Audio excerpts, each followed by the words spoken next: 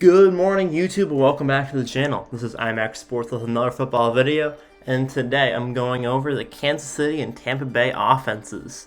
I'm seeing which offense is stronger, more well-rounded, and has a plethora of good players both on offense and defense, or not both on passing and running game, and just in general, which offense is going to more likely to prevail more in the Super Bowl.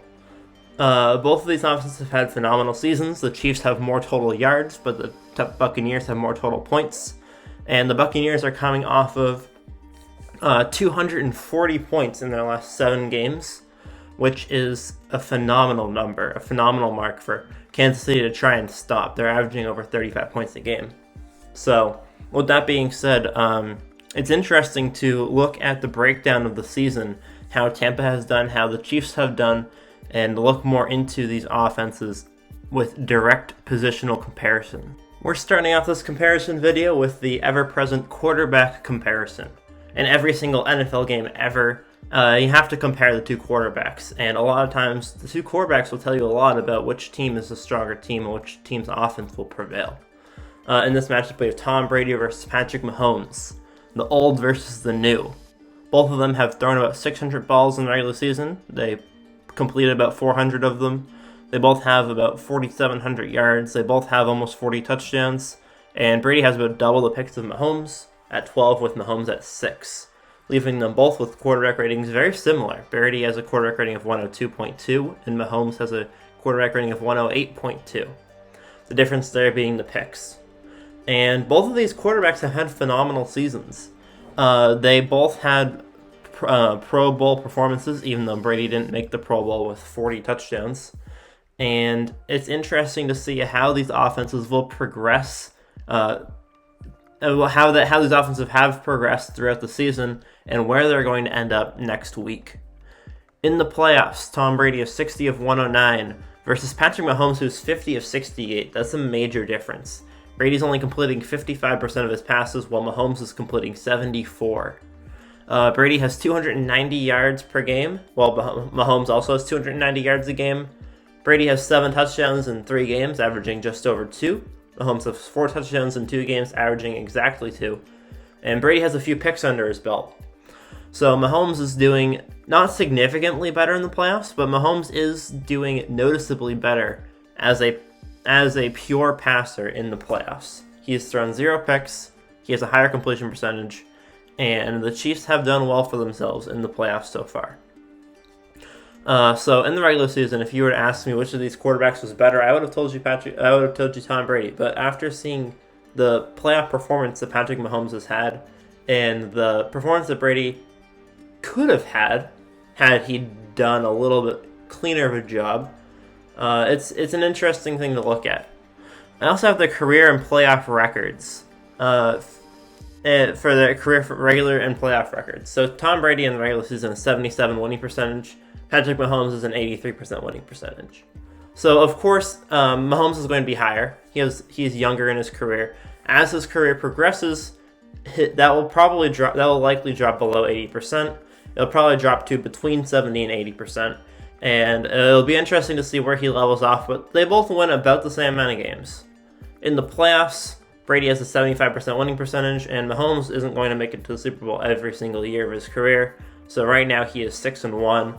Brady started off 9-0, so Mahomes will likely go down from here. He'll probably again stay between 70 and 80%, but they're both very strong They're the two of the greatest quarterbacks. Mahomes can't claim greatness yet. But he will potentially be one of the greatest of all time, and Brady is the greatest of all time. And even if you look at the wins that they have, Mahomes has played so many phenomenal quarterbacks in the playoffs. Andrew Luck, Deshaun Watson, Ryan Tannehill, Jimmy Garoppolo, Baker Mayfield, and Josh Allen are his wins. His only playoff loss is to Tom Brady. And in the Super Bowls, because Brady's played in about as many Super Bowls as Mahomes has playoff games, Brady's only losses are to Eli Manning and Carson Wentz. Not Carson Wentz. And Nick Foles.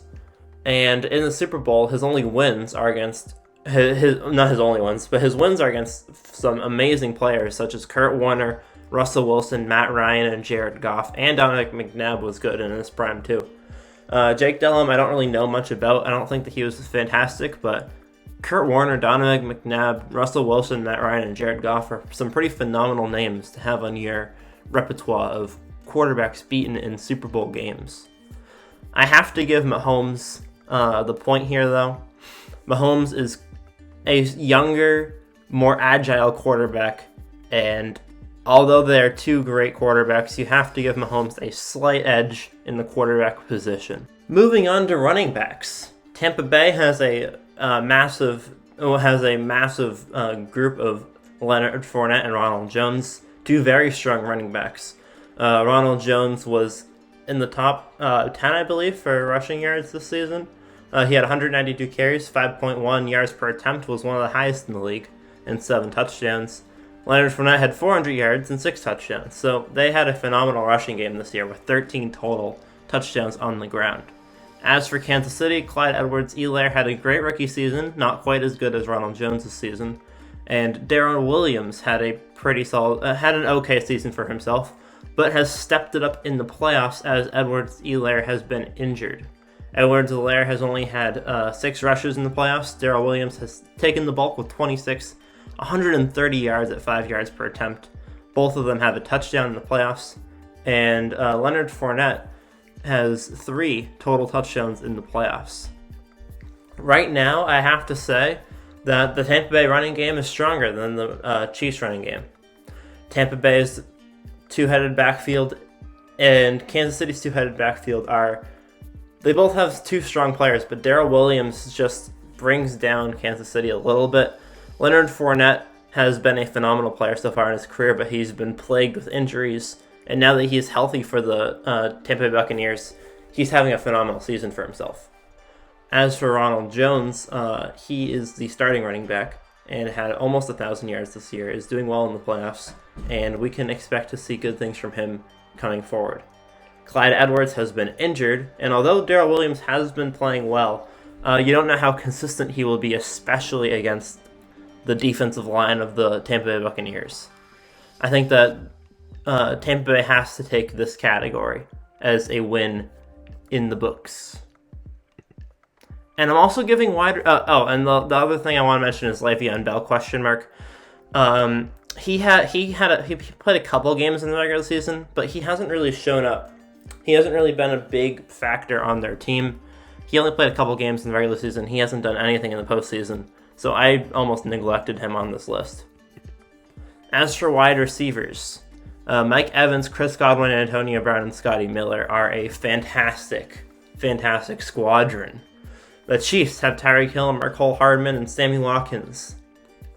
On the Buccaneers, Mike Evans and Chris Godwin are the 2 leading receivers, and the Buccaneers have 4 wide receivers that have more yards than Kansas City's number 2 in the regular season. They also have 8 total seasons of 1,300 yards or more combined between Mike Evans, Chris Godwin, and Antonio Brown. The Chiefs have 1 total season of over 1,300 yards. It's an arbitrary stat, but it's just phenomenal seeing Antonio Brown and Mike Evans on the same team. Chris Godwin and Scotty Miller are both very young players. We don't know how good or bad their careers are going to end up. Chris Godwin's looking very promising so far.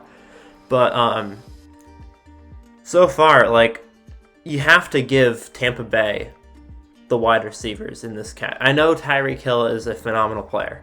Tyreek Hill had a great season. Tyreek Hill is potentially the best wide receiver in the league and is definitely faster than Scotty Miller, no matter what Scotty Miller claims.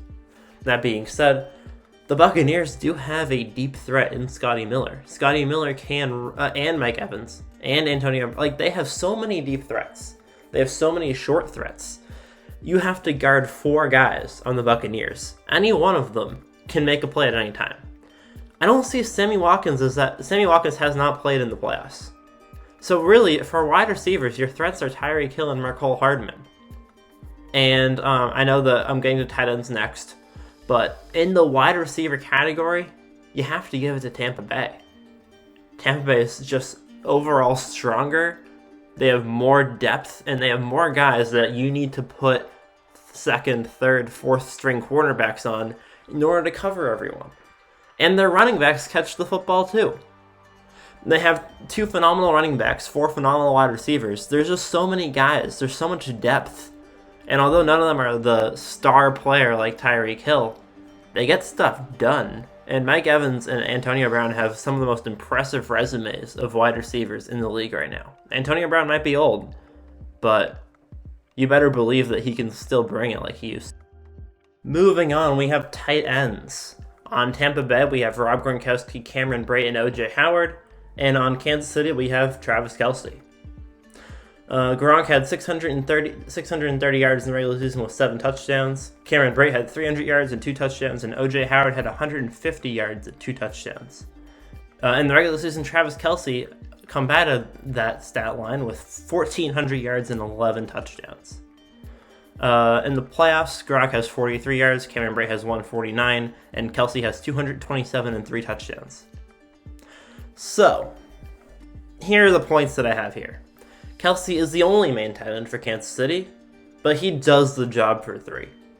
Kelce's playing like Gronk did in his prime. He has 5 1,000-yard seasons in a row, and he is the best tight end in the NFL. On the other hand, Gronk is past his prime, but he is still a major blocking tight end. He's still a major factor in not only tight ending, but in the offensive line as well. And Tampa Bay has 3 solid tight ends who all could be starters on respective teams. O.J. Howard and Cameron Brate would have higher stats had they been starters on different teams, but since Gronk was the starter, he got the bulk of the receptions.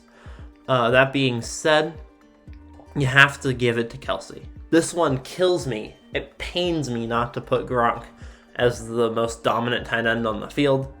Had it been any other team, I would have given the tight end benefit to the Buccaneers. I would even give the tight end benefit to the Buccaneers over the Packers with Robert Tonyan.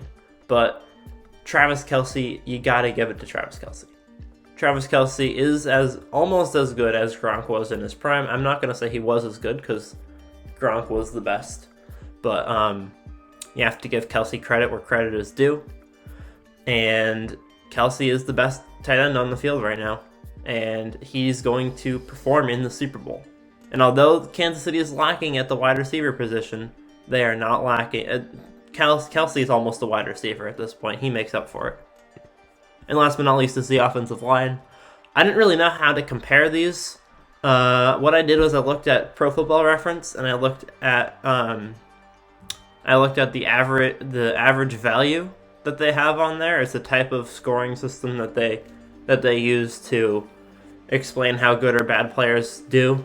And overall, Tampa Bay was just stronger. Aaron Stinney is replacing Kappa, who is their usual one of their usual offensive linemen. And I just looked at the average value of each of the players. Tampa Bay's was higher. Sacks on Brady. Brady is not a mobile quarterback. Patrick Mahomes is, and Brady has been sacked less times this season. Tampa Bay's offensive line has been able to thrive this year. Gronk helps them out. And I think overall Tampa Bay does have a stronger offensive line this season. So my takeaways. 3 positions go to Tampa Bay: the running backs, the wide receivers, and the offensive line. 2 positions go to Kansas City: the tight ends and the quarterback.